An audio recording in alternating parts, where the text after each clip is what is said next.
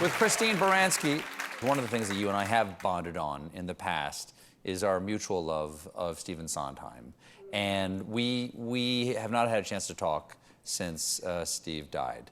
And I was lucky enough to get to know him a little bit, but you were a friend of his. And I'm just curious, for those of us who really only know him as this genius who changed a form, what was he like to have as a dear friend? Well, let me just start by saying how fortunate I was to have worked with him over the years on many different musicals, oddly enough, never on Broadway, but workshops and full productions at Kennedy Center. So I knew him indeed as Steve Sondheim, the genius. But I think it was after Into the Woods, Meryl and I, worked with him on Into the Woods, and Meryl lives up in Connecticut, and I live in the town next door to Steve, and I said, why don't we just knock on his door and take him out to dinner? So we did take him out several times to an inn in Connecticut, and the last time was this past summer, and we took him out, and for years I had wanted to tell him about a dream that I had, and it's my favorite dream that I've ever had. Do you have actors' nightmares or I do sometimes, yeah. We all have these nightmares. Do you, John, do you have musicians' nightmares? Yeah, sometimes. Yeah, it's usually for actors where you're naked on stage and you don't know your lines, or it's some form of a... Opening night, and you're not aware that you've been cast in the It's an play. anxiety dream of some sort.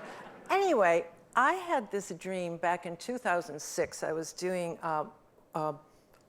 a French farce with Mark Rylance, and it was we needed more rehearsal. We needed more previews, and they weren't going to give it to us because they were opening for the Tonys. So it was like, okay, we were just all very nervous. And I had this actor's dream, and for years I wanted to tell it to Steve because to me it was so special. I thought, I can't tell Stephen Sondheim my dream, and I don't know him well enough, whatever. Anyway, at this dinner, which turned out to be my final dinner with Steve this summer, I said, we were at his house having drinks before dinner, and I said, Steve, I've always wanted to tell you this. So he said, no, go ahead, tell me. And the dream is this. I'm in a large rehearsal hall. It's almost like a sound stage, and there are these huge set pieces that are almost like the size of a T-Rex, and there are a lot of people around, but I see Pierce Brosnan, and I think, oh, okay, I must be in a musical. From his work in Mamma Mia? Yes. Okay. Anyway, suddenly I hear a voice saying, please evacuate the building, there's a nuclear attack imminent. And I'm like, oh my God, I've got to get home. So I leave this rehearsal building, and I'm running down the street, and then I think, oh my God, I've forgotten my handbag. I can't get a cab. I can't do anything without my handbag. And I thought, I'll somehow get to a bank, and the bank will give me money, and then I'll be able to get home somehow. Anyway, I'm racing down the street, and who do I see but Stephen Sondheim? I say, Steve, can you believe this? It's like, I said, this is so scary. And I said, yeah. I said, I'm going to the bank. Where are you going? And he said, oh, I'm going to the bank as well.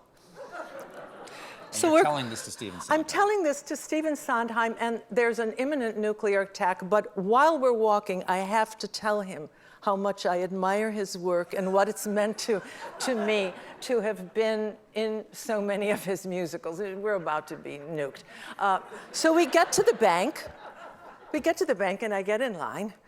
I'm like, I just got to get home somehow. There's a nuclear attack. And what do I see? But Steve Sondheim is sitting behind a desk at the bank. And I didn't know Steve Sondheim was a banker. And then he catches my eye and says, come here. So he gets me to the front of the line. He says, don't worry about it. I said, Steve, I don't have any identification. I don't have my chip. He said, please, I know who you are. I'll look up your account. I said, Steve Sondheim's looking up my account. Don't you love dreams? I'm looking up my account. And he said, yeah, you have this checking account here, but Christine, there's this savings account here. It's never been touched. And I said, what?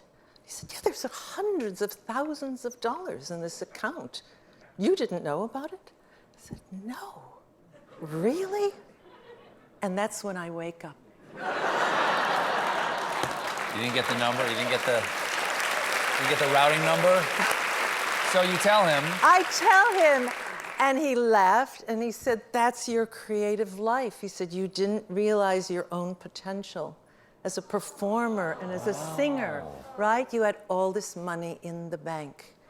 So I was so happy to tell him that, because when I worked with Steve, I felt I had to really rise to the occasion. You know, his work demands so much, and it's such a privilege. So I did. I got to tell Steve Sondheim my dream. And you still have time to cut those checks. We have to take another break, but we'll be right back with more Christine Baranski, everybody.